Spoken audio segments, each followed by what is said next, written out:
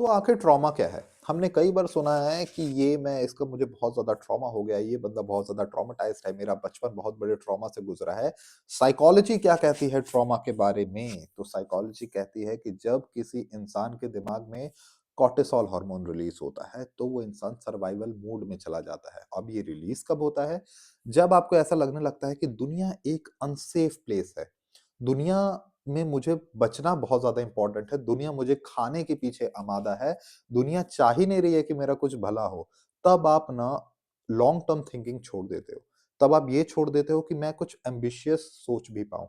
आप ये सोचते हो कि मेरी ज़िंदगी किसी तरीके से चल जाए, किसी तरीके से कट जाए, किसी भी तरीके से मैं इस ज़ालिम दुनिया से अपना पीछा छुड़ा पाऊँ, अपना पिंड बचा पाऊँ।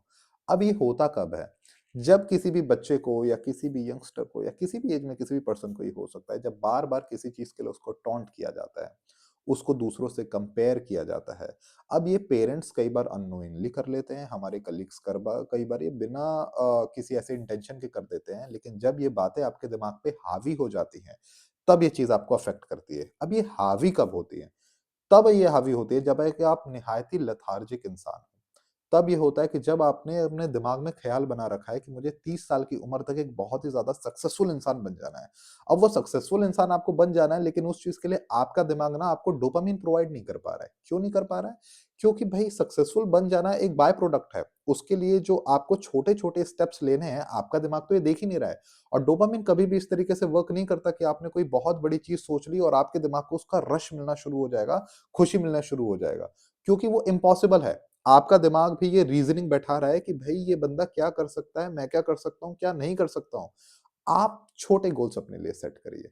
अगर आपको मैनिफेस्ट ही करना है तो आप ये कीजिए कि मैं एक ज़्यादा डिसिप्लिन्ड इंसान मुझे बनना है। मुझे दिन में इतने बजे उठना है, इससे आप शुरुआत करो। उसके बाद करो कि मुझे कम से कम आधा घंटा 10 मिनट अपने इस स्किल के ऊपर काम करना है या किसी भी एक्सवाईज़ेड के ऊपर काम करना है। लेकिन जिस चीज़ के ऊपर भी काम करना है, भले वो 10 चीज़ें हों, लेकिन हम उन 10 चीज़ों पे ध्यान ना देके ना किसी 2 चीज़ को पिक करो, किसी एक चीज़ को पिक करो। एंड ट्रस्ट मी, जब आप किसी एक चीज़ पे काम करना शुरू करोगे ना, वो नशे की लत की तरह बन जाएगी, क्योंकि उससे ही आपको डोपामाइन मिलेगा। या पॉर्न देख के, मास्टरबेशन करके इंसान को इतना ज़्यादा रिलैक्स महसूस क्यों होता है? इसी डोपामाइन की वजह से। क्योंकि उसको लगता है कि नहीं यार, ये चीज़ करके खुशी हुई, क्योंकि वो बहुत आसान है करना। जब किसी आप एक्टिविटी को आसान स्टेज से करना शुरू करते हो ना, तो आपको वर्थ फील होने लगता है, क्योंकि आप एक-एक लैडर चढ़ के अपने गोल की ओर जा रहे हो, और तब जब ये डोपामाइन रिलीज़ होता है, तब आप एक ज़्यादा काबिल पर्सन बनते हो, जो उस काम को लंबे समय तक टेस्टोस्टेरोन की मदद से कर सकते हो।